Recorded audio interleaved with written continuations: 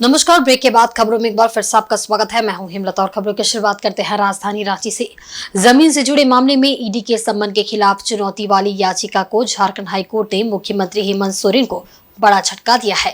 Court ने CM द्वारा ED की कार्रवाई के खिलाफ दायर याचिका को खारिज कर दिया है।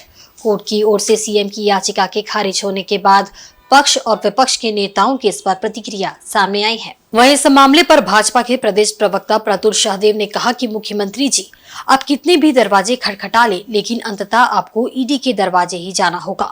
आप सर्वोच्च न्यायालय गए, उच्च न्यायालय गए, कहीं से आपको कोई रिलीफ नहीं मिली।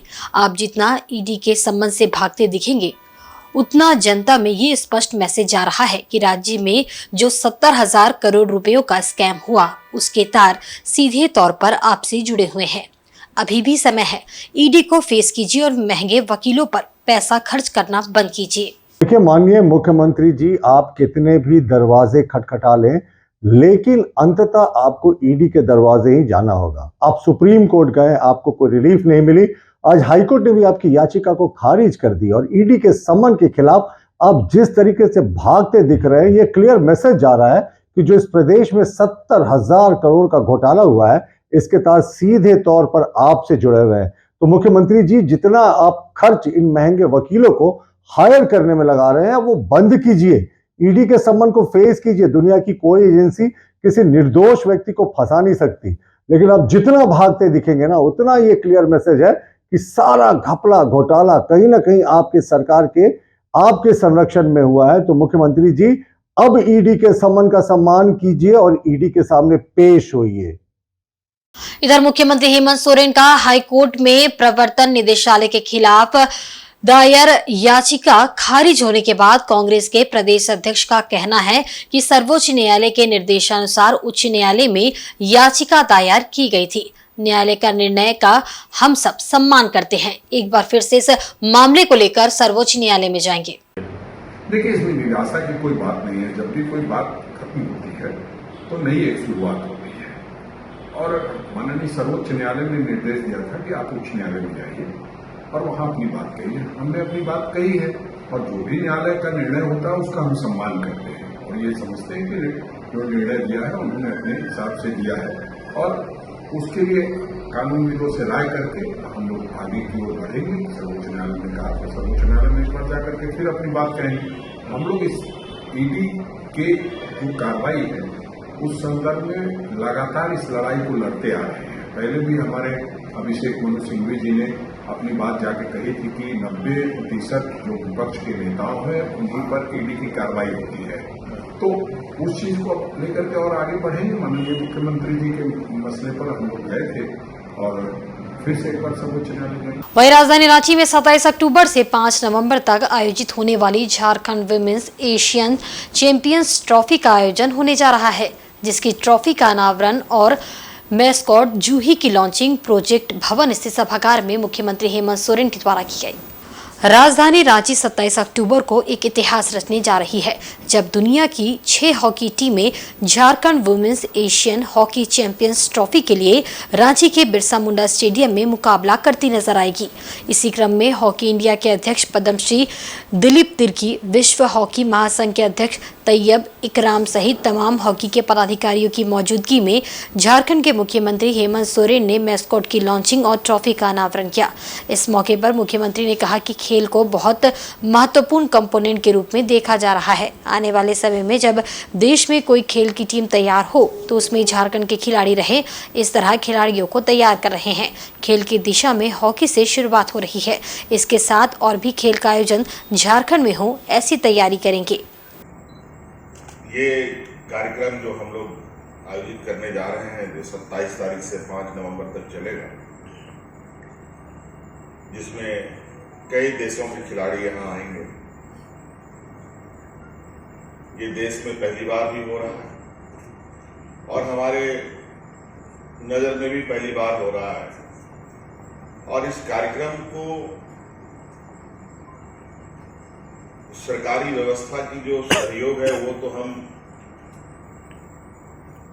उसके लिए है ही, साथ में जो इस कड़ी का मुख्य बिंदु है कि इकराम साहब दिलीप तिर्की जी, उनके पूरे टीम का यहाँ इस छोटे से कार्यक्रम में उपस्थित हूँ। नहीं तो आमतौर पर जो बड़े खेलों का आयोजन होता है, उसकी जो तैयारी होती है, उससे जो जुड़ी कार्यक्रम होते हैं, वो बहुत अलग तरीके का उनका पोस्चरिंग, उसका अलग तरीके की तैयारी, अलग भाग्य और बहुत मतलब कहा जाए कि उसकी अलग ही अंदाज होते हैं। लेकिन जिस सरल तरीके से, जिस आदर भाव के साथ ग्राम साहब ने आज एक लंबे सफर के लिए निकले और उस सफर के बीच से अपना थोड़ा समय निकाल करके हमारे राज्य में आए और इस खेल को और अपना सपोर्ट दिया, इससे मैं जो मेरा उद्देश्य है, मुझे लगता है जिसमें उद्देश्य के साथ इस राज्य में खेल को देखना चाहता हूं, हमारे उस मनोबल को ताकत मिलती है। ग्राम साहब शायद पहली बार झारखंड आ रहे हैं और ग्राम साहब को मैं बताना चाहूंगा कि झारखंड को मूलतः लोग खनिज संपदाओं से बहुत अधिक चर्चित रहा है।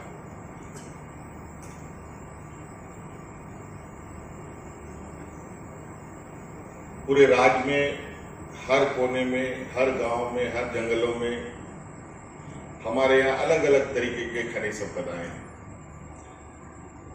कोयला, लोहा तो एक आम बात है। आप अपने घर के खलिहानों में आप कुदाली चलाओगे या हल चलाओगे तो कोयले बाहर निकल आते हैं। ये स्थिति है। यहाँ यूरेनियम जैसे हमारे पास महत्वपूर्ण खनिज संपदाएं हैं, बहुत सारी ऐसी खनिज संपदाएं हैं जिससे आज देश को एक अलग ताकत भी हम इस राज्य के द्वारा प्रदान करते हैं। वहीं भारत की धरती पर आने के बाद पाकिस्तान निवासी विश्व हॉकी महासंघ के अध्यक्ष ने नमस्कार करते हुए अपना संबोधन शुरू किया। उन्होंने बताया कि मुख्यमंत्री से थोड़ी बात हुई है, वह उनके दिल के बहुत करीब है। मुख्यमंत्री खेल के लिए तमाम संभावनाओं को तलाश रहे हैं, ये काबिले तारीफ है। उन्होंने कहा कि मुख्यमंत्री का विजन बहुत बड़ा है, वह हर संभावनाओं को तलाशने में जुटे हुए हैं। इस सफर को आगे बढ़ाने के लिए विश्व हॉकी झारखंड सरकार के साथ आगे कदम बढ़ाता रहेगा। वहीं एशिया कप के टूर्नामेंट को ब्रॉन्ज मेडल लाने वाले 3 खिलाड़ियों निकी, सलीमा, संगीता की भी विश्व हॉकी संघ की अध्यक्ष ने तारीफ की। बहरहाल झारखंड में इस तरह से बड़े स्तर पर खेल का आयोजन होना गौरव की बात है। आने वाला समय खेल के लिहाज से झारखंड के लिए मील का पत्थर साबित होगा।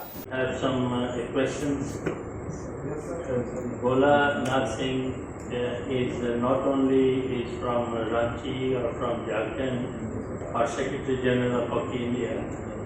Today he is also representing Asian Hockey Federation. He is our Vice President of Asian Hockey Federation, and I think he is in this position to answer your questions as well.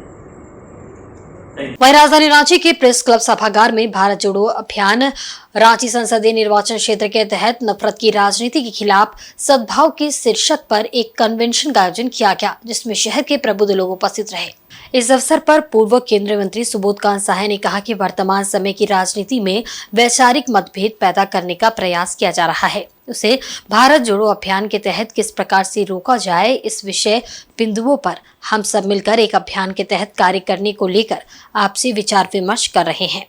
देखिए, मूल रूप से राजनीतिक दल के लोग तो ज़्यादातर जेल में नजर आएंगे और जो परिस्थिति उत्पन्न हुई है उसमें सिविल सोसाइटी को ही ये लड़ाई लड़नी पड़ेगी। आप देख रहे हैं कि जितना फंडामेंटल राइट था वो सब 1 बाय 1 जो है ख़त्म किया जा रहा है और कानून बदला जा रहा है। तो ये एक पूरे देश के जो विभिन्न संस्थाओं से जुड़े हुए लोग मिल करके भारत जोड़ो अभियान, campaign for national unity, Bharat जोड़ो अभियान ये शुरू किया है और उसकी पहली बैठक यहाँ है। हमारी वाजपेयी जी उसकी जो है यहाँ के प्रदेश की अध्यक्ष हैं और ये लोगों को जो मानसिक तौर पे जहरीला बनाया गया है उस पे वैचारिक तौर पे लोगों से जो गांधी का भारत था, जो नेहरू का लोहिया का भारत था, वो तमाम विचारधारा के लोग जो लेफ्ट के थे वो सब लोग पहले देशभक्त थे, उसके बाद राजनीतिक दल थे। आज कौन देशभक्त है और कौन दुश्मन है एक नई कहानी पढ़ाई जा रही है। इससे लड़ने के लिए एक रूपरेखा बनाए कि झारखंड राज्य में कितना सफ़र किया यहाँ पर। मूलतः ये राज्य बना था आदिवासियों के आकांक्षाओं को पूरा करने में। यही CNT SPT की लड़ाई हुई इतनी, तो सामाजिक संगठनों ने ही वो लड़ाई जीती। राजनीतिक दल वो लड़ाई नहीं मैं मानता हूँ, सामाजिक संगठनों ने ही मूलतः वो अपने जंगल जमीन की लड़ाई जीती और बहुत सारे लड़ाइयाँ लड़ी। तो ये एक प्रयास है। वहीं आदिवासी सामाजिक कार्यकर्ता वासवी किड्रो का कहना है कि वर्तमान समय में जिस प्रकार से हमारे राज्य में सामाजिक रूप से जो ताना बाना बुना जा रहा है वह एक प्रकार से राज्य की जनता के लिए कुठाराघात का प्रयास है और पूरे देश स्तर में सामाजिक उन्माद पैदा करने का प्रयास किया जा रहा है, जो हमारे देश की राजनीति के लिए काफी निंदनीय और चिंतनीय विषय है। झारखंड में जो परिदृश्य बन रहा है, जो सामाजिक सांस्कृतिक ताना बाना हमारा बिखर रहा है, देश हम मानते हैं कि देश अंधेरी सुरंग की तरफ जा रहा है। कहते हैं कि पिछले 10 सालों में 22 करोड़ लोग अनएम्प्लॉयड हो गए, नौकरियां नहीं मिल रही हैं। जो आदिवासी हैं, दलित हैं, OBC हैं, मार्जिनलाइज कम्युनिटी के लोग, उनको उनके हक नहीं मिल रहे हैं।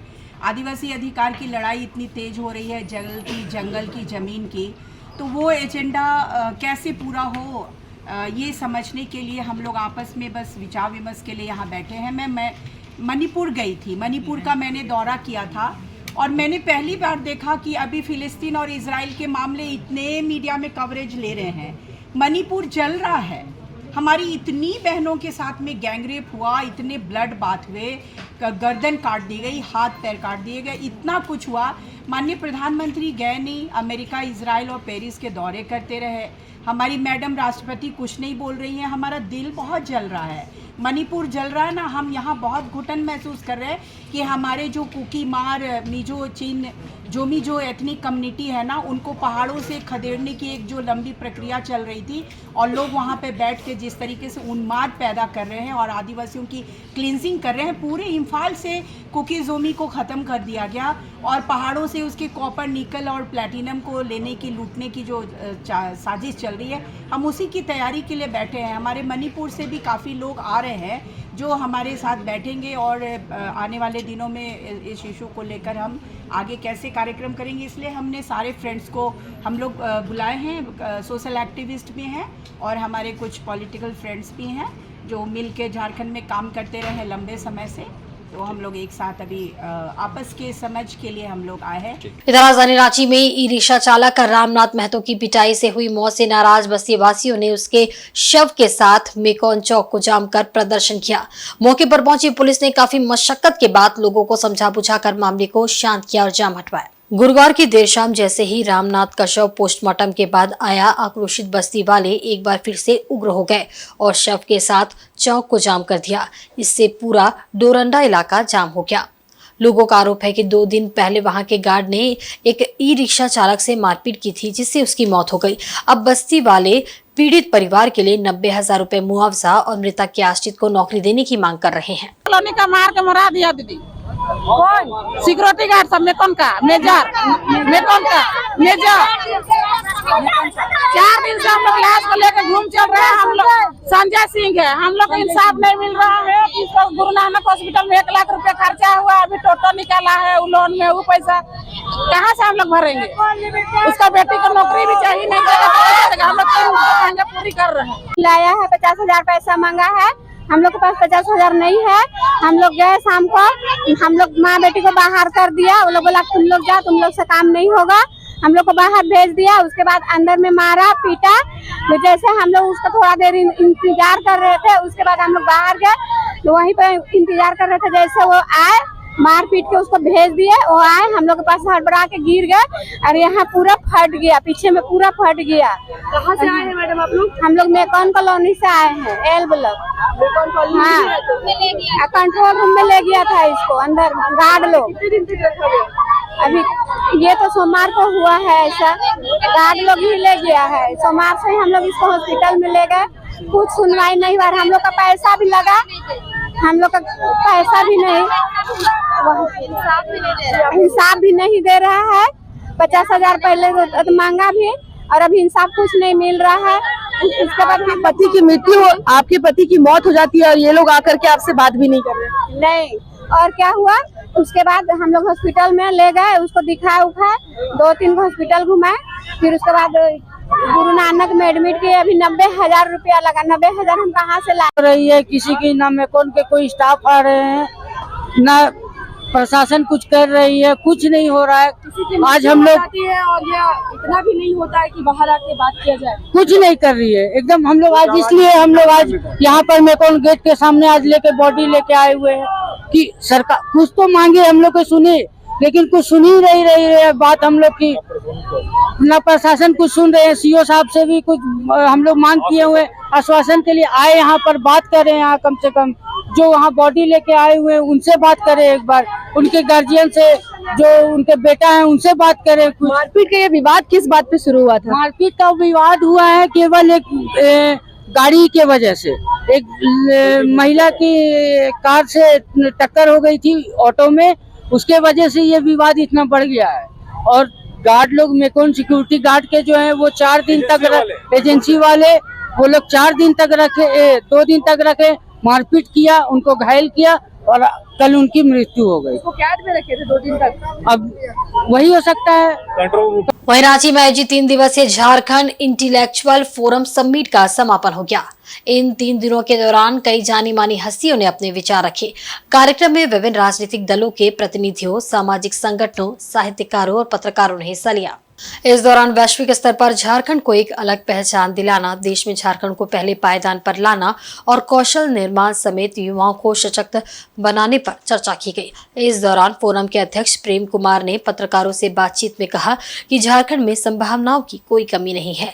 झारखंड में खनिज संपदा के साथ पर्यटन की अपार संभावनाएं हैं। खेल के क्षेत्र में झारखंड के खिलाड़ियों का लोहा दुनिया मानती है। बावजूद इन सबके झारखंड का सर्वांगीण विकास अब तक नहीं हो पाया है कि हम तो इस भूखमरी, लाचारी, गरीबी, बेरोजगारी वाले राज्य को कहां से कहां लेकर जाना चाहते हैं। लेकिन जब तक राज्य एक साथ खड़ा नहीं होगा, जब 350 करोड़ लोग एक शरीर में नहीं समाएंगे, एक सोच में नहीं समाएंगे, और जिस दिन ये 3.5 करोड़ लोग ठान लेंगे, मैं आपको बताता हूं, पूरी धरती में कोई ऐसी ताकत नहीं होगी जिसको भारत का अग्रणी राज्य होने से रोक सकता है। अगर गुजरात ऐसा कर सकता है, महाराष्ट्र अच्छा कर सकता है, कर्नाटक अच्छी कर सकती है, तमिलनाडु आगे बढ़ सकता है, तो झारखंड तो सबका एक केंद्र है। यहाँ झारखंड में वो संपदा है कि थोड़ी सी मिट्टी को हिलाइए तो सारी संपदाएं छुपी हुई, जो इंफ्रास्ट्रक्चर को तैयार करती है, जो भारत की कोर संपदा को तैयार करती है, वो सारी संपदा की यह भूमि है।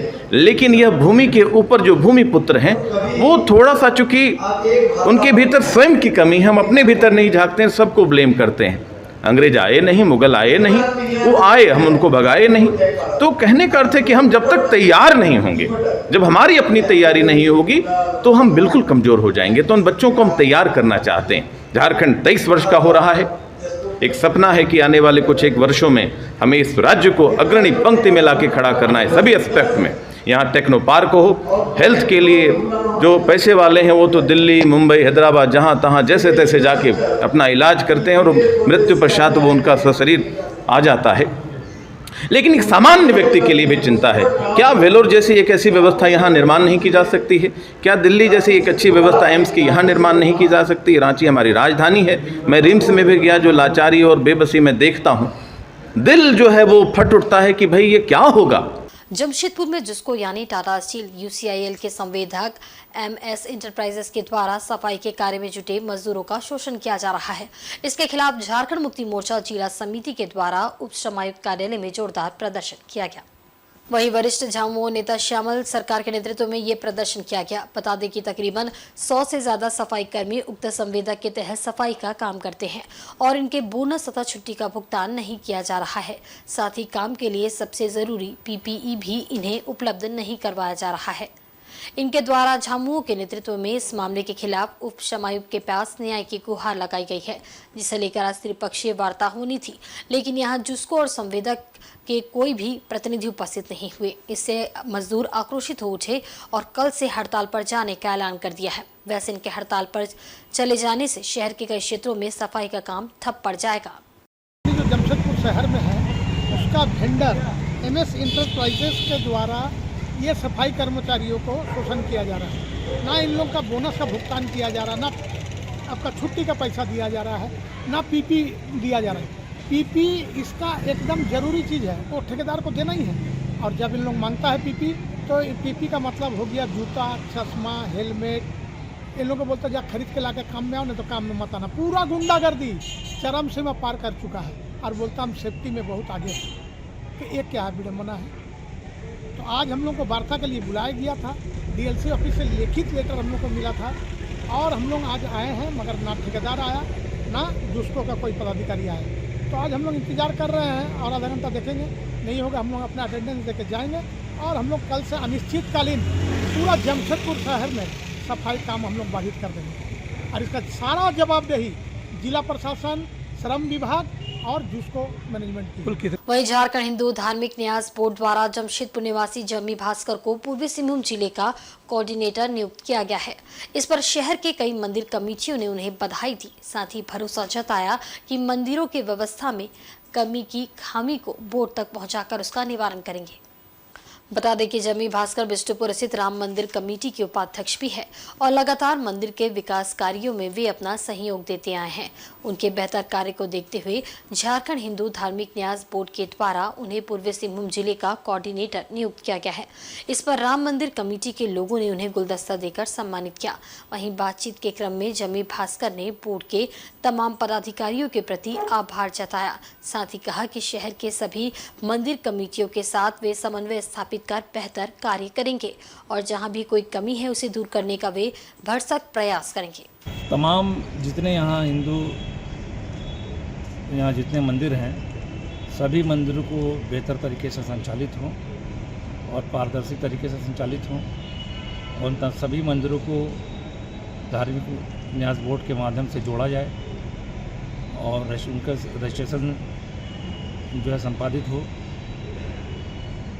इन तमाम प्रक्रियाओं को आने वाले समय में आप देखेंगे कि सभी की सहभागिता से जितने मंदिर हैं उन मंदिरों के प्रबंधन कमेटी के सहयोग से हम लोग बातचीत करके उनको सरकार के धार्मिक न्यास बोर्ड के माध्यम से के द्वारा हम लोग जो है उसको संपादित कराएंगे, ताकि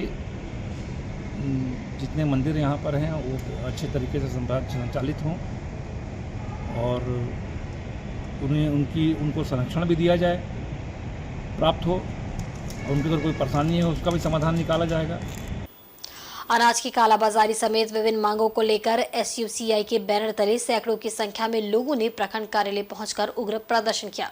इस अवसर पर एसयूसीआई के सोनका महतो ने कहा कि भारी मात्रा में अनाज की कटौती की जा रही है, साथ ही अनाज की कालाबाजारी भी की जा रही है। दूसरी ओर मनरेगा के तहत लोगों को मजदूरी नहीं दी जा रही है। साथ ही साथ वृद्धावस्था पेंशन की राशि को 1000 से बढ़ाकर 2000 किए जाने, ग्रामीण क्षेत्र में स्मार्ट मीटर नहीं लगाए जाने आदि मांगों को लेकर सैकड़ों की संख्या में ग्रामीणों ने पोटका चौक से रैली निकालकर प्रखंड कार्यालय पहुंचे एवं जोरदार प्रदर्शन किया एवं अपनी मांगों को पूरा करने की मांग की, साथ ही साथ अनाज की कटौती को बंद करने की भी मांग रखी। क्योंकि रेशन का जो चावल मिलता है आम जनता को वो रेगुलर नहीं दिया जाता है। अभी जैसा सितंबर अक्टूबर का अभी भी बंद है, अगस्त का दिया गया वो भी सितंबर में दिया गया और बहुत कम दिया गया, बहुत कटा गया उसमें चावल। जैसा जिसका 35 किलो मिलने का था उसको 30 किलो दिया गया है। हर मतलब 5 किलो जिसको मिलता था उसको 4 किलो दे करके 1-1 किलो कटा जा रहा है। तो इसी तरह का हुआ, तब भी मैंने आदमी इतना विरोध नहीं किया था। अभी भी पूरा नई चावल मिल रहा है। हम लोग का जियोटेक हो गया है 2022 में ही। पूरा मतलब जितना मिट्टी का घर था एकदम झुपड़ी उपड़ी से लेकर के जितना मिट्टी का घर था पूरा जियोटेक हुआ है। करीब मैंने 1200 घर ये मैंने घर का, लेकिन अभी तो एक व्यक्ति का भी पीएम आवास नहीं हुआ, एक व्यक्ति का नहीं। इसका पहले भी जो पीएम आवास हुआ है हमारा तो जैसा कवाली पंचायत का तो हुआ ही नहीं, और विभिन्न पंचायत में भी बहुत जगह में हुआ है, बहुत जगह में नहीं हुआ है। तो जियोटेक करने के बाद भी पीएम आवास नहीं हुआ है। वो भी हमारा मांग है कि अभी तो क्यों नहीं हो रहा है। इधर जमशेदपुर के मानगो संकोसाई रोड नंबर 5 के जय गुरुनगर में बीती रात बंद घर का दरवाजा तोड़कर चोरों ने लाखों के सामानों की चोरी कर ली, जिसकी जानकारी सुबह उनकी पुत्री को होने पर थाने में अज्ञात चोरों के खिलाफ शिकायत दर्ज कराई है। जानकारी के अनुसार मकान मालिक रांची में रहते हैं। बंद पड़े घर की देखभाल मकान मालिक की बेटी सुनीता दत्ता करती है। सुनीता दत्ता का बेटा सौरभ आज कॉलेज से लौटते वक्त घर देखने गया तो पाया कि घर का दरवाजा खुला हुआ है और अंदर का सारा सामान बिखरा पड़ा हुआ है, जिसकी जानकारी उसने अपनी मां को दी। जिसके बाद जांच करने पर पाया कि घर में रखे सारे पीतल के बर्तन के साथ साथ अलमीरा में रखा हुआ मंगलसूत्र और कान की बाली, जिसकी कीमत लगभग 1 लाख रुपए है, चोरी हो गए हैं। वहीं सूचना पर पहुंचे भाजपा नेता विकास सिंह ने उलीडी थाने को मामले की जानकारी देते हुए कहा कि पूरा मानगो नशाखुरानी गिरोह के कब्जे में है, जिससे अपराध बेकाबू हो गया है। घनी आबादी के बीच में दरवाजा तोड़कर चोरी करना अपराधियों के बढ़े मनोबल को दर्शाता है। उन्होंने कहा कि मोहल्ले में अनेकों मकान में सीसीटीवी कैमरे लगे हुए हैं, जिससे अपराधी को धर दबोचा जा सकता है। हम संकोसाई के रोड नंबर 5 में आए हुए हैं। यहाँ सुनीता जी का मकान है। सुनीता जी अपने ससुराल में रहती हैं। उनकी माँ यहाँ रहती थी जो रांची गई हुई है। कल रात चोर ने आए और चोरी करके सारा सामान घर का ले गए। ये सुनीता बता रही थी कि मेरा मंगलसूत्र यहीं था, कान की बाली थी जिसकी कीमत लगभग लाख रुपए से ऊपर है। पीतल के जो बर्तन थे वे भी चोर लेके चले गए। पूरा सारा सामान तहस नहस कर दिए। मुझे सुनीता ने बुलाया है। मैं अभी इस मामले की जानकारी थाना में दिया हूँ और चोरों को, अपराधियों को गिरफ्तार करने की मांग मैंने रखी है। और मैं आपके सामने से बताना चाहता हूँ कि मानगो जो है वो अपराध का कहा जाए कि हब बने, अड्डा बन गया है। और जो नशीले सामान जो बिक्री होते हैं उसकी होलसेल मंडी मानगो बन गई है, तो कहना गलत नहीं होगा। इसीलिए अपराध बेकाबू हो गया है। आप बताइए, ऐसी घनी आबादी वाला क्षेत्र है जहाँ चोरी होना निश्चित रूप से कहीं ना कहीं पुलिस की नाकामयाबी को दर्शाता है। और पैसों का गबन एवं मनमाने ढंग से कार्य करने को लेकर पंचायत समिति सदस्यों ने प्रखंड समन्वयक सोनी कुमारी को हटाने की मांग को लेकर जोरदार प्रदर्शन किया। बता दें कि प्रखंड समन्वयक सोनी कुमारी द्वारा पिछले 1.5 साल से पंचायत समिति सदस्यों द्वारा 15वीं वित्त आयोग के लिए योजनाओं को चढ़ाने के लिए पोर्टल पर दिया गया था, मगर सोनी कुमारी द्वारा योजनाओं को नहीं चढ़ाया गया, जिसके कारण 15वीं वित्त आयोग के पैसे का खर्च अब तक नहीं हो पाया है। दूसरी ओर 9,000 रुपए 15वीं वित्त आयोग के पैसे को अपने अकाउंट में ट्रांसफर किए जाने एवं प्रमुख सुकूर मनी टुड्डू को इसकी जानकारी एवं उसके हस्ताक्षर के बिना किए जाने को लेकर पंचायत समिति सदस्यों में काफी नाराजगी देखी जा रही है, जिसे लेकर शुक्रवार को बीडीओ अभय कुमार द्विवेदी को मांग पत्र सौंपते हुए अविलंब सोनी कुमारी को कड़ी से कड़ी कार्रवाई करते हुए हटाने की मांग की है। वहीं सोनी कुमारी से नाराज पंचायत समिति सदस्यों ने प्रखंड कार्यालय के समक्ष प्रदर्शन किया एवं अविलंब कार्रवाई करने की मांग की है। 1.5 साल हो गया, आज तक किसी का मैंने योजना के बारे में किसी का योजना आज वो लोग चढ़ाया नहीं, वो देना चाहता नहीं, मानना चाहते नहीं है, वो अपना मनमानी नहीं करती है। दूसरी नंबर बात है 9,000 रुपया सरकारी रुपया वो गमन करके निकाल लिए BSNL के नाम पर, वो फॉल्स है ना, बैंक से निकाल ली है इसलिए सोनी मैडम। इसीलिए हम लोग चाहते हैं यहाँ का जितना भी आपका समिति में है सब समिति लोग हम लोग चाहते हैं कि इसको अविलंब यहाँ से हस्तांतरित किया जाए, सस्पेंड किया जाए और इसका उचित कार्रवाई भी इसका होना चाहिए। यही बोल के हम लोग आज वीडियो से मिले हैं, सीएम मैडम से भी बोले हैं। तो हम लोग आशा करते हैं कि बहुत ही जल्दी सोनी मैडम को यहाँ से स्थानांतरित करेंगे। हम लोग का पंचायत समिति का बैठक 4 महीने से नहीं हो रही और 4 महीने के अंदर में हमारी जो सोनी मैडम है, जो हमारे कंप्यूटर ऑपरेटर है, वो 4 महीने के अंदर में 9,000 रुपया का घोटाला की है वीडियो सर के साथ मिलके, जिसमें हमारी प्रमुख मैडम को इसका कुछ आइडिया नहीं है। इसलिए हम लोग चाहते हैं कि जल्द से जल्द इसका उचित कार्रवाई होना चाहिए और सोनी मैडम को जल्द से जल्द हमारा ब्लॉक से हटाया जाए। और आज के बुलेटिन में बस इतना ही। कल फिर हाजिर होंगे कुछ नई खबरों के साथ। तब तक देखते रहिए इनसाइड झारखंड न्यूज़। नमस्कार।